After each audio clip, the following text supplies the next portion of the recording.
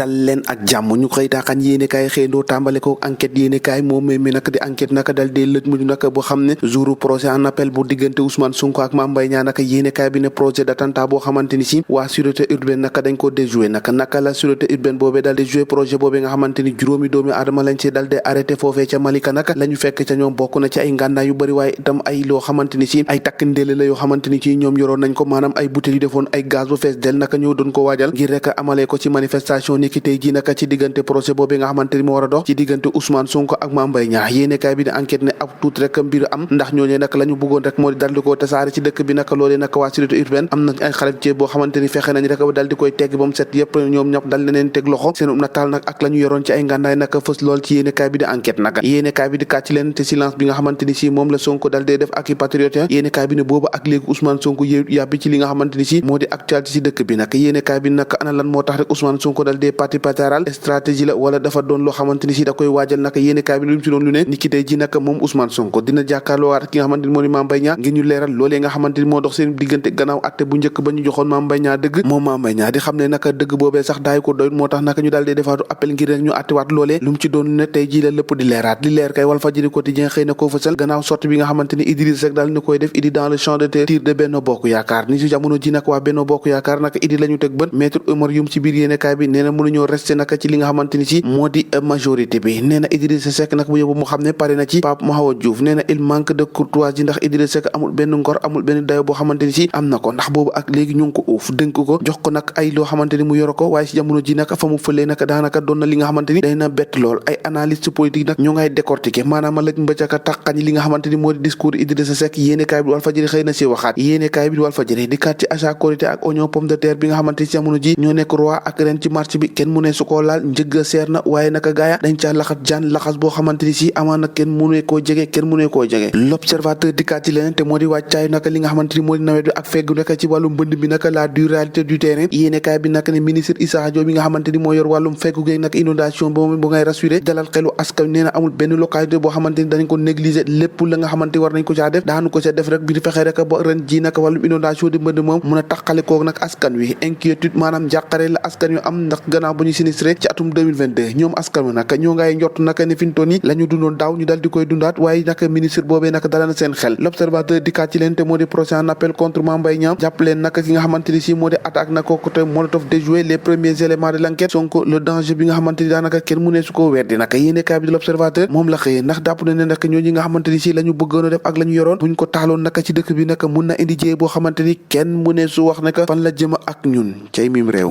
l'observateur di kat nag ci cybersécurité bi nga xamante ni si mu amaat naka mbiruma topp ka naka plus de 100 plaintes yoo xamante ni teg nañ ko ci table bi ñii di ay soxna ñoo xamante ni ñoo doon administré boobu les groupes naka jàpp leen dañ doon santé ay victimes maanaam di leen di chantage di leen jël seen koppar naka yéenekaay bi ne ñoom ñëpp nag ci jamono ji nag ñoo ngi ci loxol yoon teg nañ leen loxo dem liggéey di daa gën a yomb loolu lii quotidien di kat ci Amadou Ba bi nga xamante ni si wax na rek ci sotteeg Idrissa Seck boobu na daanaka boobu ak léegi ñoom ñu ngi koy ŋawtee nee na mënoo liggéey ak ki nga xamante ni moo di président Macky Sall ba noppi naka bëgg a daw li nga xamante ni si moo di ab trouble nee na tous les responsables politiques naka si jamono ji la ñu war a def rek moo di prendre seen position ngir rek xam fu baax fa ñuy taxawee ay individu moo xamante ni daf ñëw mal intention maanaam naka seen yéene jàggul naka si jamono ji la ñu bëgg rek moo di dal dee yàq lépp li nga xamante ni si Macky Sall dal dina koy liggéey loolu naka di xët bu njëkk lii quotidien xëy fasal di Amadou Ba naka dal dina koy dal dee teg ci table bi l'info yéene kaay lu mu ci doon lu ne nag ne déclaration Benno Bokk Yaakaar bi nga xamante ni dal ni koy def ni ki démb la ko und yëpp naka moo di fexe rek bu Idrissa Seck dal dee tàqale ko ñoom poussé ko vers la sortie la ñu dal dee def loolu dong moo und ci li nga xamante ni moom la dal di wax li ñu wax bés bi le jour naka dikkaat na ci lancement mouvement force vive naka contre Macky Sall F24 naka dal dinaa toxal M23 ab plateforme boobu bés boo xamante ni gaañ naka nekk ci kujje gi ñoo ko dal dee samp ni ki ëllëg na fintoon ni naka waxatuñu M23 mais F24 nag ngir fexe rek ba jëlee Macky Sall ci réew mi waaye itam article 29 30 ak 57 bu